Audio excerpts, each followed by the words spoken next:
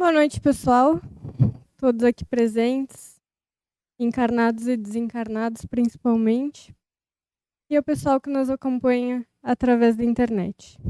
Antes da gente começar o capítulo 20, a gente sempre retorna ao capítulo anterior, que no caso de hoje é o capítulo 19, que falava na semana passada, quem pôde estar aqui presente, sobre a fé. Jesus, é uma frase de Jesus que fala que a fé transporta montanhas. E a gente tem dificuldade de entender as colocações de Jesus, porque os ensinamentos de Jesus são todos de fundamento espiritual. Eles têm como objetivo ensinar como é o processo de evolução, de espiritualização, de melhoramento das criaturas. E nós, na média, somos muito materialistas. Por mais que a gente venha no centro espírita, se diga espiritualizado, nós damos muita importância para as coisas do aqui, do agora, das coisas que a gente consegue tocar, mensurar, ver, que a gente sente necessidade. A gente busca muito as questões do dia a dia, as nossas necessidades principais, básicas. E a gente deixa as nossas necessidades espirituais bastante de lado. Então, a gente sempre enfoca as coisas de uma maneira material. E por isso a gente tem dificuldade de entender as figuras e os ensinamentos de Jesus. Então, quando ele falava que a fé transporta montanhas, que foi muito bem explicado na semana passada, ele não está falando de coisas externas, porque ao longo do tempo a gente confundiu a fé verdadeira, que é a estrutura que o ser desenvolve através das experiências da vida, com uma fé de proselitismo, de anunciar, de afirmar que se tem fé, de se confiar a fé a coisas externas, como rituais, roupas. E dentro do movimento espírita, infelizmente, a gente tem muito disso. Casacos brancos, muda de voz para falar, se fala mais manso, mais baixo, como se isso fosse sinal de ser alguém mais calmo. E na verdade, no fundo, não é.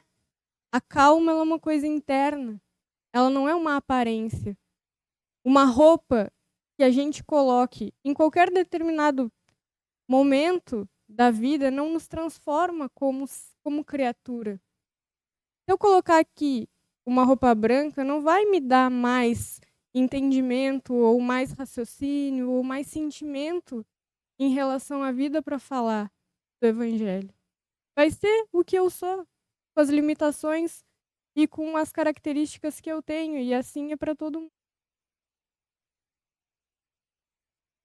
E isso faz com que a gente muitas vezes duvide, né? Porque a gente já passou por tantas religiões ao longo do tempo, a gente já está tão desgastado de fervorosidades, de aparência, a gente está tão às vezes desacreditado que a gente acaba se rendendo mesmo ao materialismo, colocando o pé na jaca, né? Como se fala na linguagem informal popular.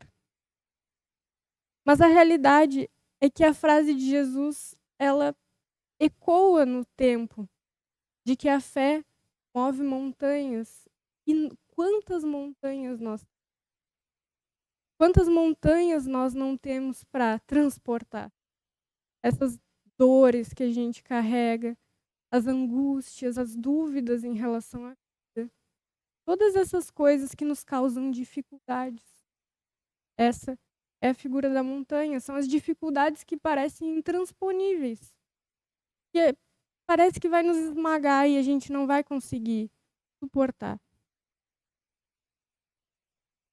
Mas para que a gente desenvolva fé e que a gente desenvolva essa estrutura, que é uma estrutura que é desenvolvida, construída,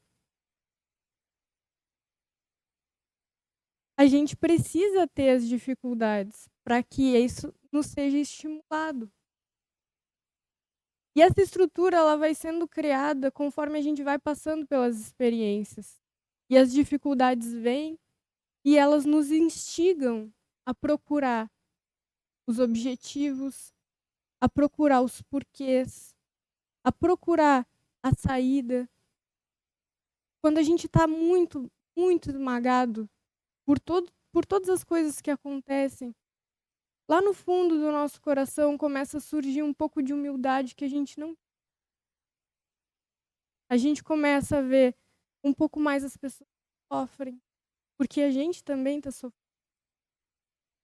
Então a dificuldade ela vai criando em nós sentimentos e experiências que a gente não tinha quando estava tudo tranquilo, quando as coisas estavam bem.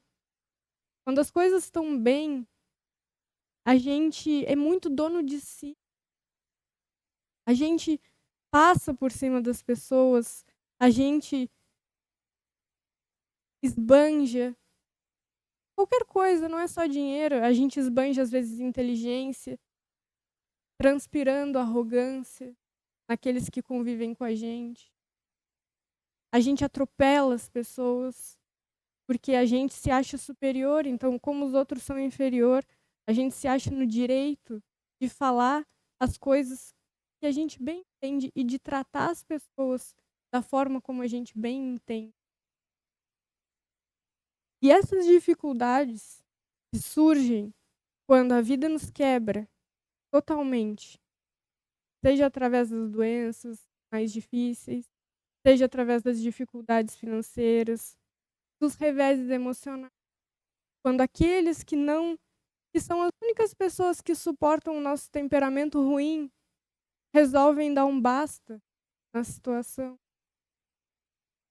E aí a gente se vê fragilizado, porque não se via uma pessoa tão frágil assim. A gente se engana. Quando as dificuldades vêm, batem na nossa porta, quebram o nosso coração, surge a necessidade do trabalho, que é o capítulo de hoje. O Emmanuel tem uma frase no livro do Vinha de Luz, que eu não vou lembrar o número agora, mas ele fala que nós somos o servente, o pedreiro, o engenheiro e o projetista de nós mesmos. Então essa fé, que é uma construção, ela exige trabalho para ser construída. E o trabalho é justamente interno, dentro de nós, dentro das nossas emoções, dentro das nossas características, dentro da nossa maneira de reagir com as pessoas. Porque a gente pode criar a personalidade que a gente quiser, né? Que é a forma como a gente se apresenta para as outras pessoas. Mas as nossas reações dizem o que nós somos. Se a gente está muito pressionado, a gente explode. A gente é violento. Se a gente é criticado, a gente chora e se deprime. Nós somos vitimistas. Porque nós queremos sempre a atenção de alguém, o afago de alguém. Se alguém nos trata um pouco diferente e dentro lá do nosso coração a gente já fica inseguro, a gente já acha que ninguém mais gosta de nós, nós somos carentes. E essas reações internas, que às vezes ninguém vê, ninguém repara externamente, porque ninguém repara em muita coisa. A gente vive num mundo em que ninguém repara em ninguém. Nós mesmos vivemos tão centralizados dentro de nós que a gente não repara nas pessoas da nossa volta. Mas dentro de nós, não dá para mentir. Ou não deveria dar para mentir. Nós deveríamos ser os primeiros interessados às nossas reações emocionais. Como que a gente reage em cada situação? nós vemos e os espíritos que convivem com a gente também veem. Por isso que a gente pode fazer a fachada que a gente quiser na sociedade. A gente pode tratar as pessoas muito bem pela frente dela. Mas quando a gente fala mal pelas costas, nós temos uma nuvem de testemunhas que sabe muito bem quem nós somos, que vê muito bem aquilo que a gente pensa e aquilo. E aí a gente é muito conturbado, a gente se sente culpado, a gente se sente, às vezes, mentalmente perseguido, deprimido, e a gente não sabe por quê. Muitas vezes são as influenciações espirituais contrárias a nós, porque vêm os nossos comportamentos hipócritas. Na frente uma coisa, nas costas ou no privado de outra forma. E o trabalhador da última hora, ele fala a respeito dos espíritos. Porque na passagem de Jesus aqui, ele conta uma parábola que fala o seguinte: o reino dos céus é semelhante a um pai de família que saiu de madrugada. Ele sempre faz essa relação de pai de família para tentar explicar para o povo daquela época como que Deus se relacionava com as criaturas, conosco. Como que ele fez as leis, como são as leis de Deus. Então ele fala que Deus é um pai de família, a fim de assalariar trabalhadores para a sua vinha, chamar para o trabalho. Qual é o trabalho que Deus quer que nós façamos? Se está tudo pronto no universo, Ele criou tudo. Do que Ele precisa de nós para criar alguma coisa? Ele não precisa de nós. Quem precisa de nós somos nós mesmos. Porque a única coisa que Deus criou e deixou nas nossas próprias mãos para a gente gerenciar integralmente é o nosso próprio coração. É o nosso próprio interior. Dentro do nosso coração, ninguém pode mexer, só a gente. As pessoas da nossa volta nos ajudam, os espíritos nos ajudam, os anjos da guarda incansavelmente ajudam. Aos exemplos da humanidade, Chico Xavier, Paulo, o próprio Jesus, todos os exemplos tentando arrastar a gente para a mesma direção, mas a gente só vai se nós dermos. Se nós decidirmos e nós sentirmos a necessidade. Então ele vai, ele convida, e a vida convida o tempo inteiro a gente a realizar esse trabalho. E aí ele fala que saiu na 9ª hora, na 6ª hora do dia. Ele fala, conta a história. Falando o quê? Que ao longo do período, da história da humanidade, sempre houveram chamamentos. Quantas religiões não...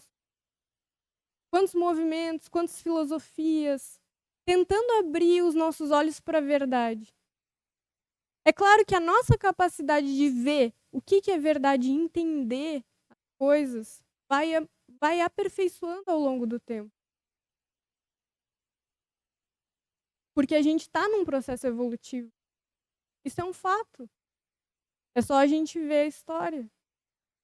Então, a nossa capacidade de pensar, a nossa capacidade de interagir, a capacidade de descobrir a ciência, as leis físicas, as leis químicas, as leis da biologia, tudo isso foi aprimorado ao longo das nossas experiências.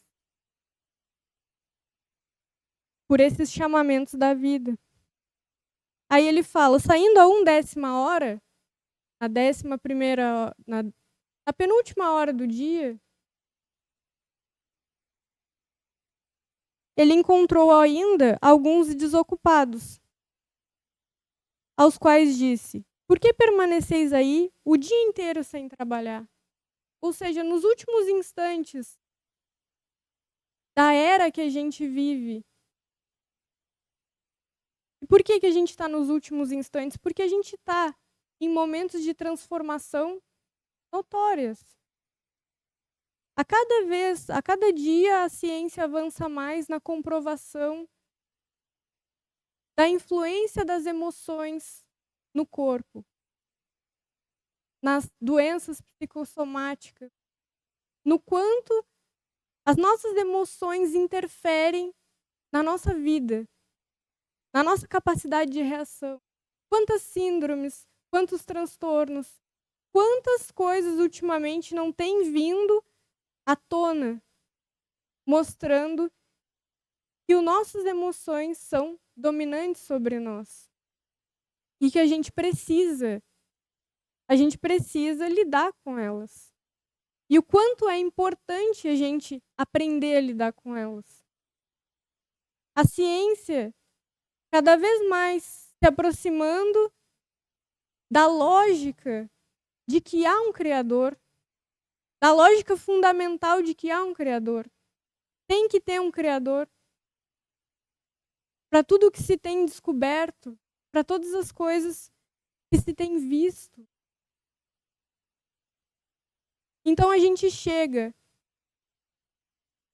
num limite onde a nossa capacidade de se relacionar com Deus e com todas essas coisas tem que se unir à razão. Tem que se unir à nossa capacidade de pensar, de fazer sentido. Tem que se unir às nossas emoções verdadeiramente. Não só de formato. Não só por formato. Não só por ganhar alguma recompensa no futuro, mas por realmente conseguir ter um estado emocional mais equilibrado, mais feliz, embora ainda seja imperfeito, embora ainda tenha erros, culpas, às vezes sentimentos de indignidade, mas mais confiança no processo da vida.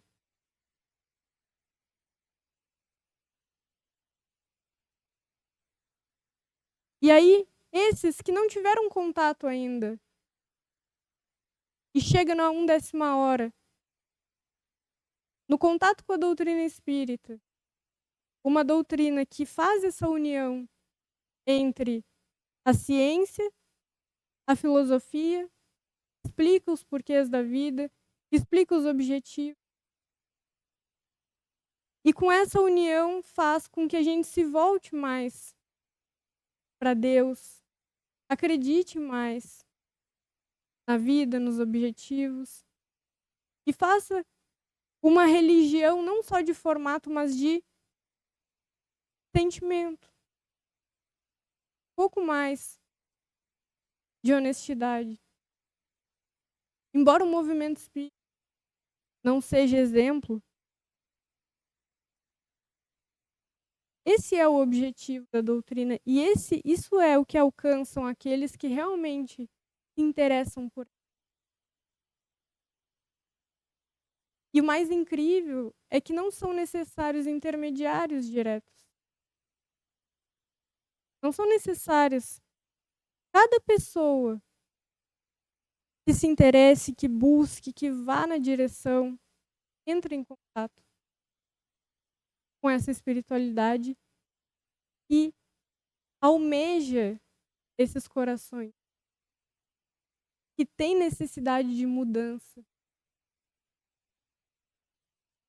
E aí o dono da vinha diz: "Ide vós também para a minha vinha, vós que estão há muito tempo desolados, perdidos, que já não sabem mais muito bem o caminho das coisas da vida. Ide também para a minha vinha, para esse trabalho interno." E aí, ao cair da tarde, aquele que cuidava dos seus negócios chama ele e diz: "Vamos pagar, começando dos últimos e indo até os primeiros." Aproximando-se aqueles que vieram na última hora, eles receberam uma moeda, cada um. E aqueles que vieram na primeira hora também receberam uma moeda cada um. E aí, como que reagem aqueles que chegaram primeiro? Na primeira hora. Como que eles reagem? Eles reagem dizendo o seguinte: estes últimos trabalharam apenas 1 hora, e lhes dás tanto quanto a nós que suportamos o peso do dia e do calor? Falam indignados, totalmente indignados com a situação. Cobrando pelo trabalho que eles fizeram. Dentro das coisas que a gente aprende, quando a gente faz alguma coisa no sentido de aprender mais em relação à vida, de tentar construir em nós mais fé, mais amor ao próximo, mais caridade, que tanto se fala. Quando a gente faz as coisas com um sentimento de reconhecimento, de querer que as pessoas à nossa volta vejam aquilo que a gente está fazendo, considerem aquilo que a gente está fazendo, e por causa daquilo que a gente está fazendo, a gente receba.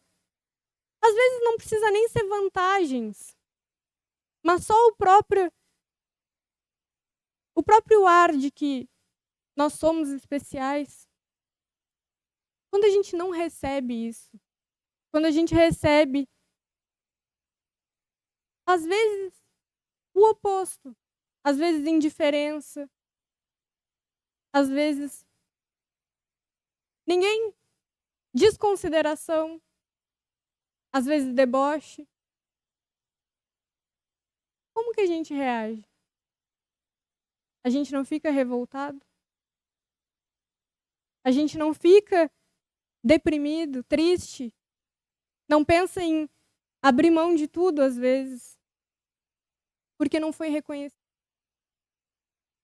Mas se o trabalho é interno, se o crescimento é interno, e se a evolução é minha, o ganho não é meu, o ganho não é a capacidade de lidar com os problemas, de lidar com a adversidade da vida e de ter esse instrumento que se chama fé. Não é a consolidação, justamente, que é uma construção interna particular. Então, o reconhecimento, a adulação, as vantagens sociais não deveriam importar em nada. Porque a construção é interna, as certezas são internas.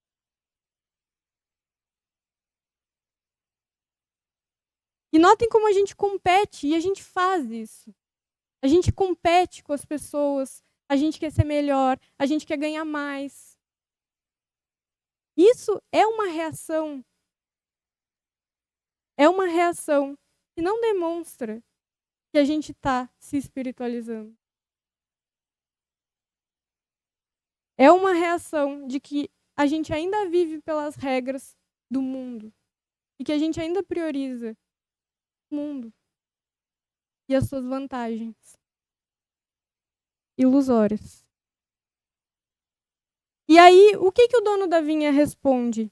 Que é o que Deus responde para a gente quando a gente entra em revolta, em depressão, em coisas, em desistências. Disse o dono da vinha: mas, meu amigo, não te causo dano algum. Não convencionaste comigo receber 1 denário pelo teu dia? Ou seja, ele não está sendo injusto. Não é injustiça. Toma o que te pertence e vai-te, apraz a dar a mim este último tanto quanto a ti. Porque se a gente for pensar em termos de produtividade, a produtividade não foi a mesma. Eu posso me transformar internamente de forma mais rápida, porque eu tenho mais capacidade de entender, eu tenho a doutrina espírita, eu tenho os fenômenos mediúnicos que mostram e comprovam a existência após a vida, após a morte. E alguém que passou por outros processos, que não tem tanta, não demora mais tempo? Demora. Mas o objetivo é o mesmo. A transformação é a mesma.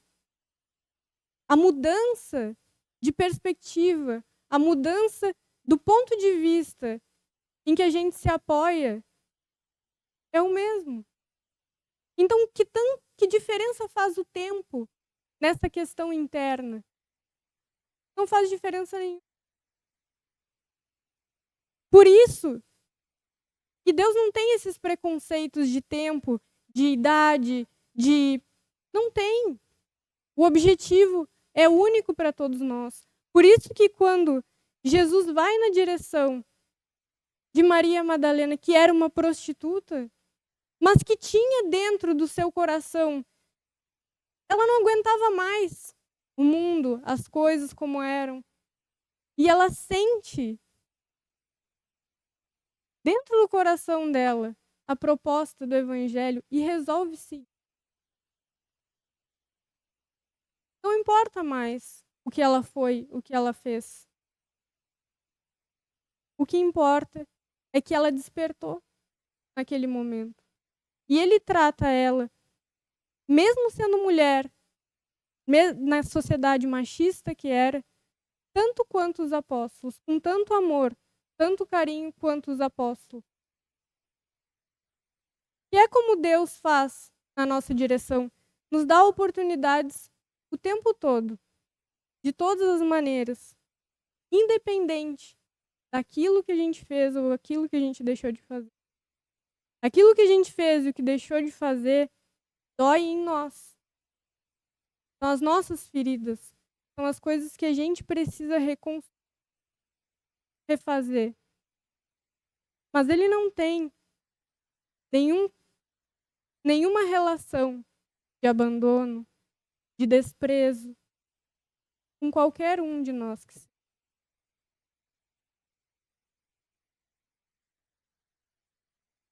E diz: não me é então fazer lícito o que eu quero? Ou seja, Deus tem as suas leis. E a gente questiona diariamente as decisões divinas. Diariamente. Tentando burlar as leis e falhando e fracassando. Porque as leis são como... Questionar para a gente entender é normal e é necessário. Mas questionar para a gente querer que seja diferente e que as coisas ocorram da maneira como a gente quer que sejam, é perda de tempo. Porque não vai mudar. Porque se mudasse, beneficiaria só a nós, em particular. E a lei divina abrange todos nós. E aí ele diz: tens mau olho porque sou bom? Ou seja, o envenenamento, a revolta, o desequilíbrio está dentro daquele que reage mal a uma situação. Se eu reagir mal e ficar bronqueado porque a vida não funcionou da forma como eu gostaria, mas para o meu vizinho funciona melhor, é um sentimento ruim que eu vou ter que lidar.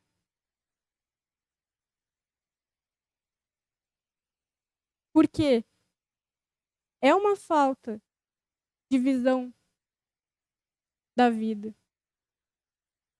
Então, esses envenenamentos que a gente cria por não compreensão das coisas nos fazem mal e atrapalham nosso desenvolvimento pessoal.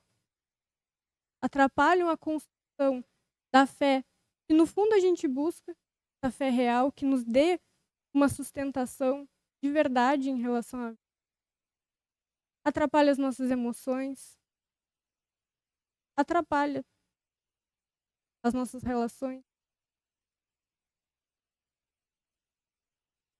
Então a gente precisa olhar as coisas de um ponto de vista mais amplo e entender, e buscar entender como que a vida realmente funciona. E no capítulo da semana que vem, vai ser falado a respeito dos falsos cristos e falsos profetas, que é uma afirmação em que Jesus fala que, por causa justamente desses envenenamentos que a gente tem, desses interesses pessoais, dessas questões que nós gostaríamos, que são as nossas teimosias, que a gente não se dobra as coisas como elas realmente são. Por causa desses comportamentos nós acreditaríamos em coisas que não são reais, em enganos, nós criaríamos distorções que também nos dificultam o processo evolutivo, dificultam a nossa relação com a vida e fez com que a gente tivesse tantas distorções ao longo do tempo e que a gente tenha cuidado para que nessa última hora, que é a hora da doutrina, do trabalho espírita verdadeiro, que é essa transformação interna, motivando as pessoas que vêm na nossa volta, que a gente cuide para que também ele não seja distorcido.